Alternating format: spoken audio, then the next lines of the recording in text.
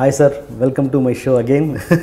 Thank you so much. Thank you అండి. Thank you. And నాకు ఇది చాలా టూ మచ్. ఇది మీరు సాయంత్రం ఫ్లైట్ పెట్టుకొని నాకు ఒక బిఫోర్ ఒక గంట ముందు ఇస్తాను ప్రామిస్ చేశాను. ఎక్కడైతే పీక్తూ ఉంటుంది అందుకని.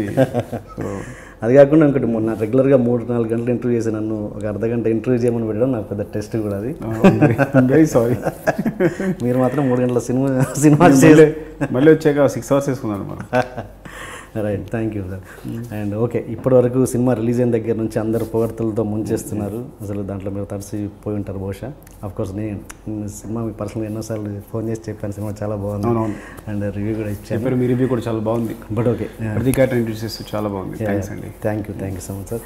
అండ్ ఓకే, ఆ పొగడ్తలను పక్కన పెట్టుకుంటే కొంచెం ఒక కొత్త రకం, ఒక జెన్యూన్ డిస్కషన్కి నేను ఇట్స్ నాట్ ఏ కంప్లైంట్, ఒక ఫైటింగ్ కాదు, ఆర్గ్యుమెంట్స్ కాదు, ఇట్స్ ఏ ఫెయిర్ డిస్కషన్ అనుకొని నేను అడుగుతాను.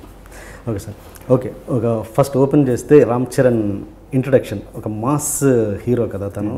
అలాంటి తనతో ఒక జస్ట్ మామూలు సైకిల్తో ప్లెయిన్ ఇంట్రడక్షన్ ఒక రెగ్యులర్గా తమిళ సినిమాల్లో జరుగుతుంటుంది. అది అంత మాస్ హీరోకి అలాంటి ఇంట్రడక్షన్ ఇవ్వాలనుకున్నప్పుడు మీ ఆలోచన ఏంటి? రామ్ చరణ్ ఏమన్నారు?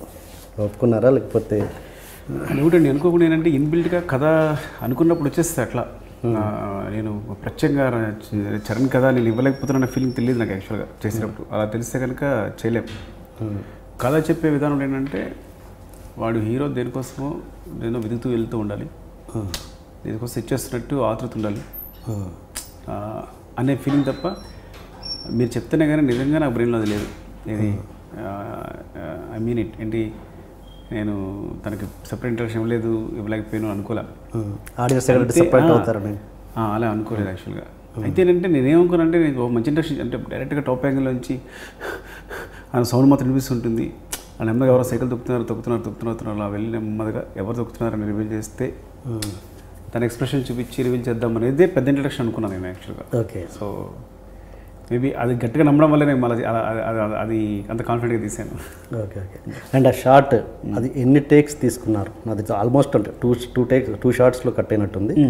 ఎన్ని టేక్స్ తీసుకున్నారు అక్కడ నుంచి వచ్చి అతని ఫేస్ రివీల్ అయ్యేంతవరకు? యాక్చువల్లీ ఏంటి అంటే ఫ్లైకమ్తో చేసాం ముందు, చేసి ఒక 4-5 టేక్స్ చేసినప్పుడు వర్కౌట్ అవట్లా.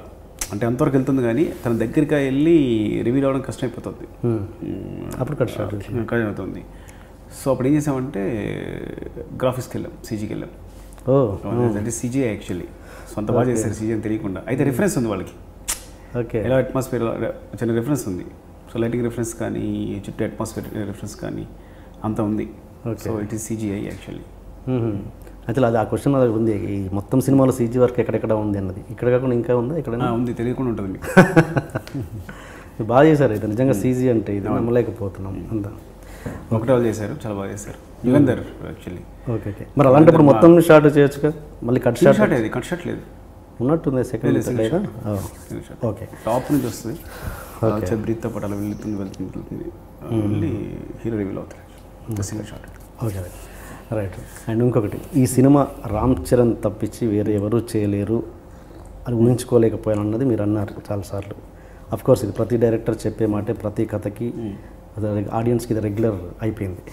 బట్ నేను అంటాను ఇట్స్ ఆర్గ్యుమెంట్. అంటే మీ వాక్యాన్ని ముందే కనిపిస్తున్నారు అంటే మేము చెప్పింది అలా కాదు. నేనేం చెప్పానంటే ఒక సినిమా అయిపోయిన తర్వాత ఒక డైరెక్టర్కి వేరే ఆర్టిస్ట్ ఎవరు మైండ్లోకి రావట్లేదు అంటే అంతకంటే గొప్ప సక్సెస్ కాదు అని. అరే మిగతా వాళ్ళైతే ఇలా చేస్తుండేవారనో వేరే వాళ్ళైతే ఇలా చేస్తుండేవారని మైండ్లోకి రాలేదు. కంటిన్యూస్ ఇంకా తనే నా బ్రెయిన్లో తిరుగుతూ తనే ఆక్యుపై చేసేసి దీని తప్ప ఇంకెవరు కాదు అనిపించేలా సినిమా ఎండ్ అయ్యేసరికి నాకు ఆ పరిస్థితి వచ్చింది అంటే నేను నా కాంట్ ఇమాజిన్ ఇంకెవరిని ఊహించుకోలేకపోతున్నాను అని అంటే కనుక ఇంకా అంతకన్నా ఆర్టిస్ట్ సక్సెస్ లేదు. ఆ విధంగా చరణ్ నన్ను మొత్తం ఆక్యుపై చేసేసారు అని చెప్పాను. Okay okay okay okay. Suppose ఇది కాంట్రవర్సీ అని కాదు, సపోజ్ ఈ సినిమాలో జూనియర్ ఎన్టీఆర్ అయితే ఎలా ఉండేది? ఇప్పుడు చూడండి, ఎలా అంటే ఇప్పుడు ఒక పరుగు పందెం పెట్టాం అనుకోండి, 100 meters పరుగు పందెం, ఇద్దరు వ్యక్తి పరిగెడతారు అనుకోండి, ఎవరు గెలిచారని చెప్పొచ్చు. ఓకే. సో నేను ప్యారల్గా ఇదే జూనియర్ ఎన్టీఆర్ గారితో చరణ్ గారితో తీస్తున్నాను అనుకోండి, అప్పుడు మీరు ఎవరని చెప్తే చెప్పొచ్చు. It's completely independent. So so ఒకళ్ళు చేసిన దాన్ని ఇంకోళ్ళు ఎలా చేస్తారని ఊహించుకోవడం కరెక్ట్ కాదు యాక్చువల్గా. Okay okay. మహేష్ ఎవరు, Tarak, even because they are artist, they become stars అంతే. అంతేగాని సో బట్ ఏంటంటే ఎప్పుడు మనం కంపేర్ చేయలేం. ఎందుకు కంపేర్ చేయలేమంటే ఇద్దరికి ఒకే పందెం పెడితే ఓకే, కానీ మనం సెపరేట్ తీస్తున్నాం. ఒకళ్ళు ఇంకో సినిమా తీస్తున్నాం, ఇంకోళ్ళు ఇంకో సినిమా తీస్తున్నాం. సో అది ఎప్పుడు కరెక్ట్ కాదు కంపేర్ చేయడం. Okay okay right. And Samantha విషయానికి వస్తే ఒక పెళ్ళైన స్టార్ సక్సెస్ కొడుతుందని మనకు ఒక రికార్డ్ చెప్తుంది. ఏ స్టార్ ఏ హీరోయిన్ కూడా పెళ్ళయ్యాక ఇప్పటివరకు నాకు తెలిసినంత సక్సెస్ కాలేదు, చాలా రేర్ ఒకవేళ ఉన్నా కూడా. అలాంటిది ఆవిడని తీసుకునడంలో మీ గట్స్ ఏంటి? ముందు నాకు దాని గట్స్ ఏం లేవండి. నాకు పెద్ద ఇష్టమై తీసుకున్నా కూడా కాదు సమంతని. సరే అంటే ఒక మంచి ఆర్టిస్ట్ కావాలి, తెలుగు వచ్చిన ఆర్టిస్ట్ కావాలి. At the same time